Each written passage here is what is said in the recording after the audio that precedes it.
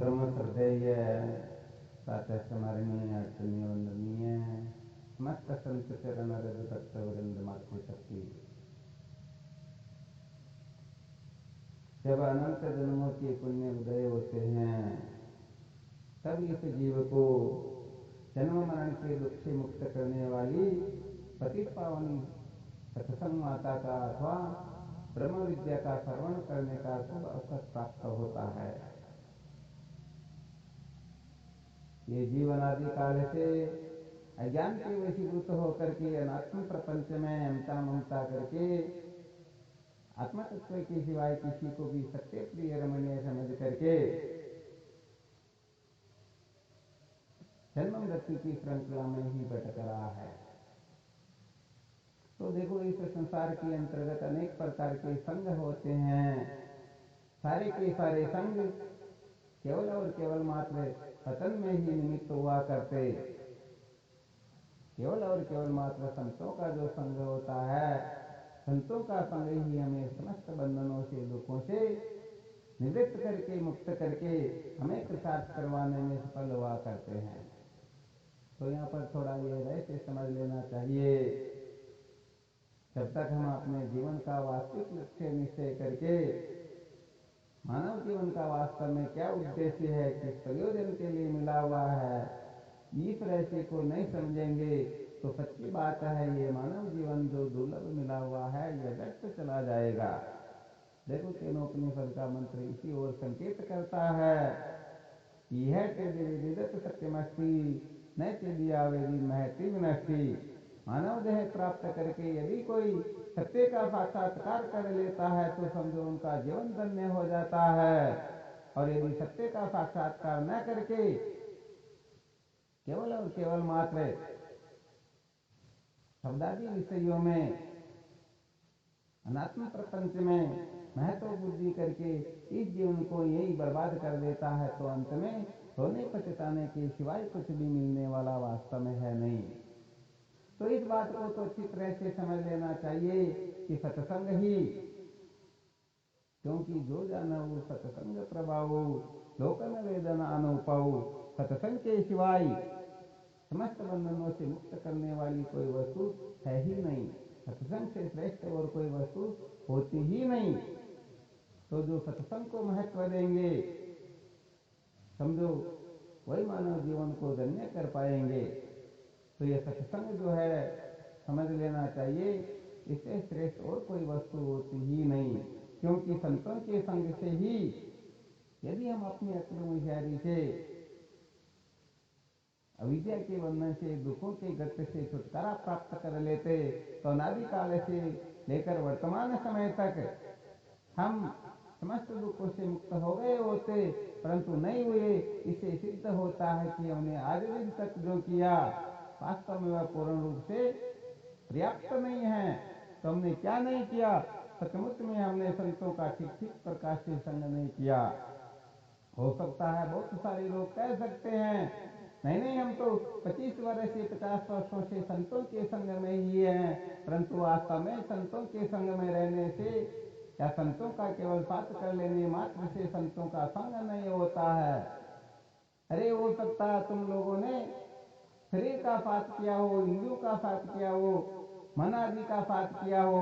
वास्तव में संत महापुरुष जिस स्थिति में स्थित होते हैं, जब तक हम उनका संग नहीं करेंगे, महत्व नहीं देंगे, तब तक तो कहने का मतलब काम चलने वाला वास्तव में होता ही हाँ, ये थोड़ा विशेष रहस्य होता है। जैसे पारस जो है लोहे को सोना बनाने में एक क्षण की देर भी नहीं करती हैं, परंतु यदि लोहा जंग लगा हुआ हो तो बताओ वह पारस उस लोहे को सोना बना सकती क्या? तो वास्तव में जब तक अनात्म प्रपंच को महत्व दे करके पंचकोश में उलझे हुए रह करके तीन अवस्थाओं को, तीन शरीर को सत्य समझ करके संतों का संग एक नहीं कितने ही समय तक करते रहो। क्योंकि बात ऐसी होती है कि बारिश चाहे कितनी भी भयंकर क्यों ना हो, परंतु यदि कोई घड़े को ही उल्टा रख दे फिर तो ध्रुव के तारे तक पानी पहुंच जाए फिर भी घड़े में एक बूंद जाने वाली है नहीं।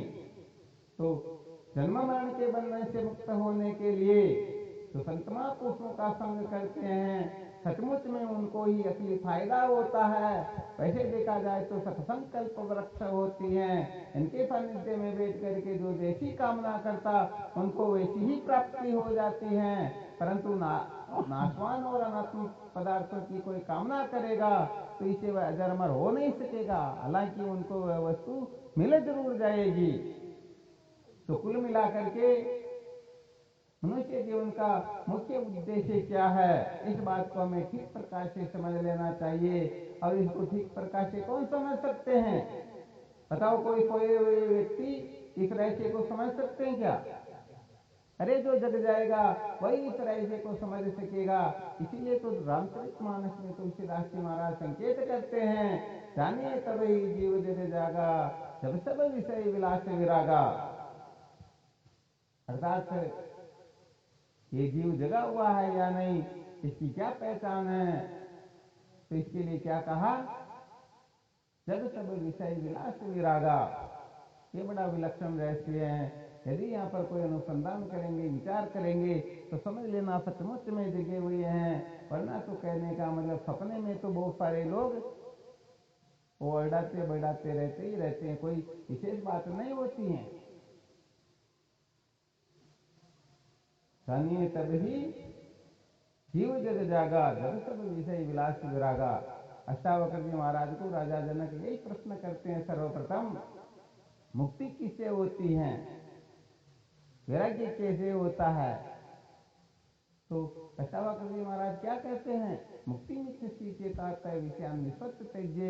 हे जनक, यदि तू मुक्ति चाहता है तो सर्वप्रथम इन विषयों को विषय के समान जान करके त्याग कर दे। विषय का क्या अर्थ होता है? किसे कहते हैं विषय? विशेष रूप से बांध ले अथवा विष्णुवंती बद्यंती इति विषया। तो विशेष रूप से बांध ले उसको कहते हैं विषय। तो विचार करके देखना चाहिए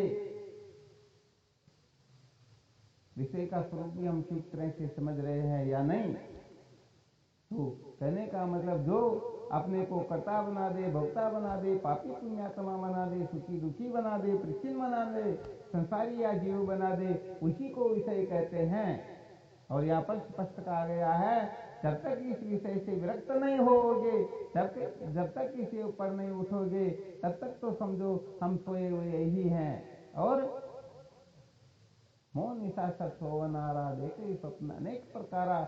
मोह रूपी नींद में ये जीव बेचारे सोए हुए हैं। किसी को अपनी माँ, किसी को पिता, किसी को पुत्र, किसी को भाई, किसी को पति, किसी को पत्नी, अरे कांच तक आ जाए। कोई अपने को काला गोरा लंबा ऊंचा बांका टेढ़ा समझता है, कोई अपने को ब्राह्मण क्षत्रिय विशेष शूद्र समझता है। ये जितनी भी कल्पनाएं हैं, मान्यताएं हैं, ये सारी की सारी नासमझी से हैं। वास्तव में जिनको ठीक ठीक बोध नहीं होता है, ऐसे लोग ही जैसे नशा करने वाला नाचना बकता रहता है, ऐसे ही हम वास्तव में देखा जाए तो अनादिकाल से नाचना बकते ही आ रहे हैं। और इसमें ऐसे उलझे हुए रहते हैं कि छूटने की इच्छा ही नहीं करते हैं। तो जो जीव जग जाता है उसको पता चलता है कि वास्तव में ये सारा का सारा संसार जिसे मैं प्रिय समझ रहा था, सत्य समझ रहा था, रमणीय समझ रहा था, वास्तव में इनकी तो सत्ता ही नहीं है। ये तो जैसे बंजा का पुत्र नहीं होता, वैसे जगत नाम की कोई वस्तु नहीं होती है। परमात्मा के सिवाय और कोई वस्तु है नहीं, परंतु हम उसी परमात्मा को जैसे रस्सी के सिवाय और कुछ होता नहीं, फिर भी हम उस रस्सी को सर्पमाला दरार समझते हैं। ऐसे ही उस परमात्मा को हम जीव जगत ईश्वर के रूप में देखते हैं, बंधन मुक्ति के रूप में देखते हैं, अनेक प्रकार की कल्पनाएं करते हैं। और कल्पना कर करके मानी मानी बंधन में आयो। जैसे मकड़ी अपने मुख से ही जाल निकालती हैं और वो अंदर बैठ करके फिर रोने लगती हैं, तो बताओ उनको अंदर बंद किसने किया? तो ऐसे ही सच्ची बात कही जाए तो वास्तव में हम स्वयं ही स्वपूर्णात्मा तरीके न जगत जीव ईश्वरादय न संति नास्ति माया चेते अहम विलक्षण है। अरे तुम ही सच्चिदानंद अद्वितीय ब्रह्म हो, परंतु हम अपने आप को न जानने से अपने भीतर से एक प्रकार का जाला निकालते हैं और उसमें बंद करके फिर ऐसे ही जन्मे और ऐसे ही मर जाते हैं।